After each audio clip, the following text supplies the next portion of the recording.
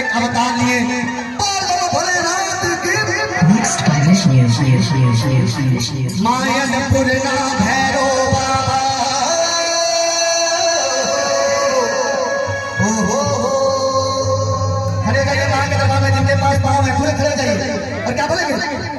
मायनपुर ना भैरो